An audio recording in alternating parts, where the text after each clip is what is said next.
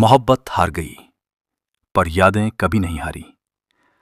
गांव के उस पुराने बरगद के पेड़ के नीचे आज भी हर शाम एक बूढ़ा आदमी आकर बैठ जाता है। उसकी आंखें हर रास्ते को ऐसे टटोलती हैं जैसे कोई अभी मुड़कर आएगा, जैसे किसी के कदमों की आहट उसे पहचान में आ जाएगी। लोग उसे देखकर आगे बढ़ जाते हैं। कुछ बच्चे हंसते हैं, कुछ लोग दया से देखते हैं, पर कोई उसके पास बैठकर ये नहीं पूछता कि वो किसका इंतजार कर रहा है। वो हर दिन आता है, हर मौसम में, धूप, बारिश, ठंड, कोई फर्क नहीं पड़ता। जैसे उसकी जिंदगी अब बस उस इंतजार तक सिमट गई हो। उसका नाम है राघव, और ये कहानी है उसकी और उस मोहब्बत की जो अधूरी रहकर भी पूरी लगती है। भीमपुर, छोटा सा गांव, जहां जिंदगी बहुत तेज नहीं भागती, जहां लोग आज भी शाम को चौपाल में बैठकर बात करते हैं, जहां रिश्ते नाम से नहीं, एहसास से चलते हैं। पर उसी गांव में कुछ दीवारें भी हैं जो दिखती नहीं, लेकिन हर दिल के बीच खड़ी रहती हैं। राघव का जन्म इसी गांव में हुआ था। उसके पिता एक साधारण किसान थे, मेहनती इतने कि दिन रात खेतों में पसीना बहाते। पर किस्मत इतनी कंजूस कि मेहनत का फल हमेशा अधूरा ही मिलता। मां शांत स्वभाव की, हमेशा घर के कामों में लगी रहने वाली, और राघव बचपन से ही थोड़ा अलग। जब बाकी बच्चे कंचे खेलते, पेड़ों पर चढ़ते, राघव अक्सर अकेला बैठा रहता। कभी मिट्टी में उंगलियों से कुछ बनाता, कभी हवा में उड़ते पत्तों को देखता, जैसे वो हर चीज में कोई कहानी ढूंढ रहा हो। स्कूल में वो अच्छा था। मास्टर जी उसे अक्सर कहते, तू अगर पढ़ाई जारी रखेगा ना तो इस गांव से बाहर जाएगा, बड़ी जिंदगी जिएगा।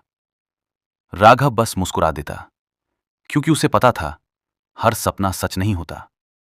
उसी गांव में एक बड़ा सा हवेली जैसा घर था, जमींदार का, और उस घर का नाम ही काफी था लोगों को चुप कराने के लिए।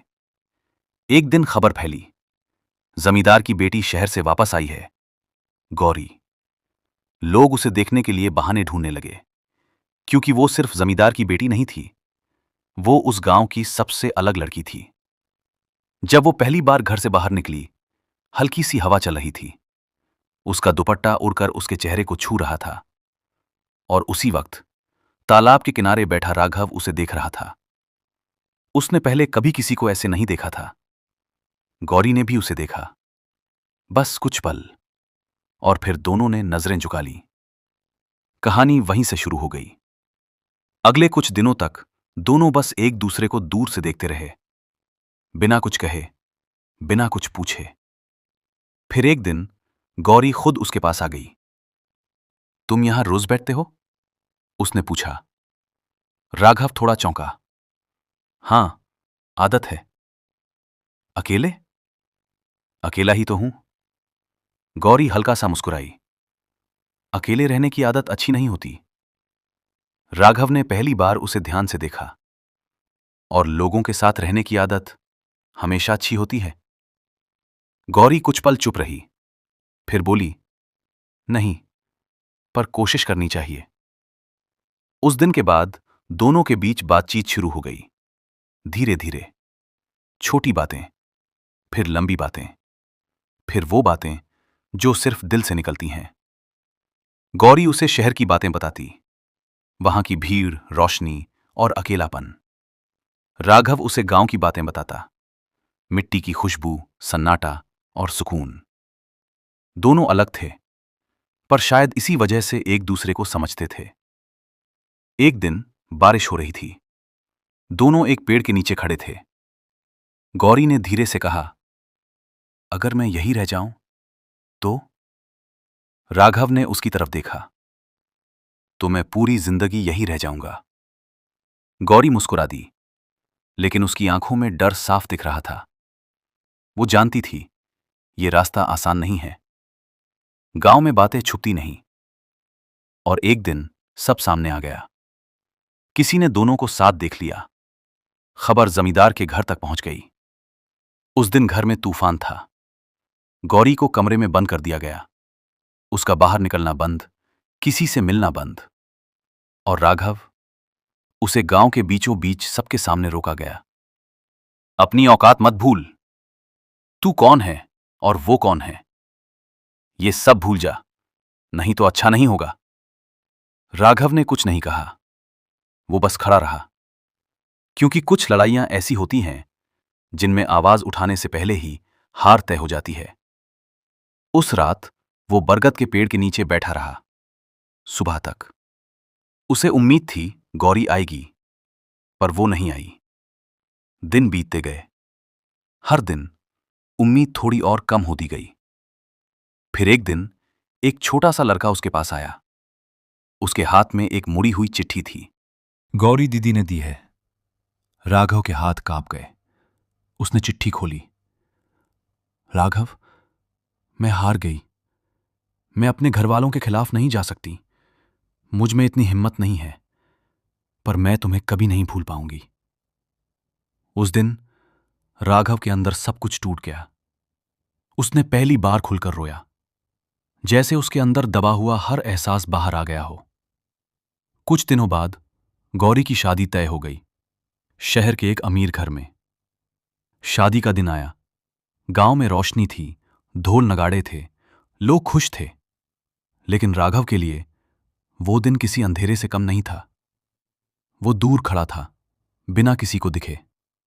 जब गौरी डोली में बैठी, उसने एक बार पीछे मुड़कर देखा। राघव वहीं था।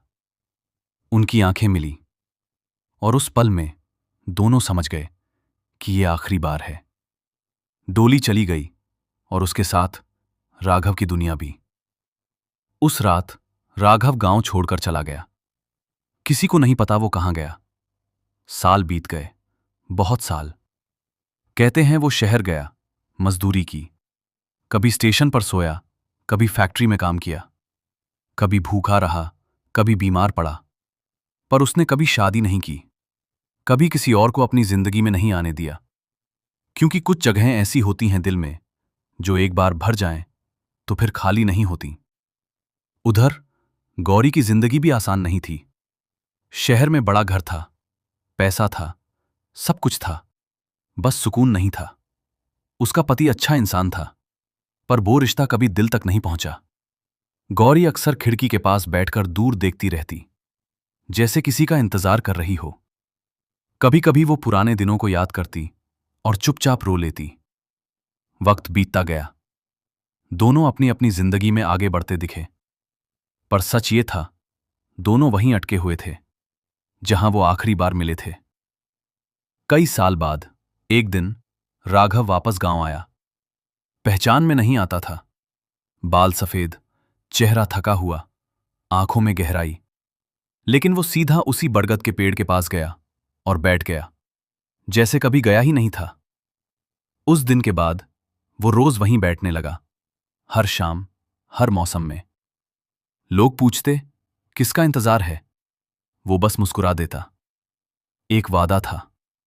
सालों तक यही चलता रहा। फिर एक दिन शहर से खबर आई, गौरी नहीं रही। ये खबर धीरे धीरे पूरे गांव में फैल गई। किसी ने जाकर राघव को भी बता दिया। वो कुछ देर चुप रहा। फिर उसी शाम वो फिर बरगद के नीचे गया, बैठा। बहुत देर तक कुछ नहीं बोला। फिर धीरे से कहा, अब तू नहीं आएगी, पर मैं आज भी यहीं हूं।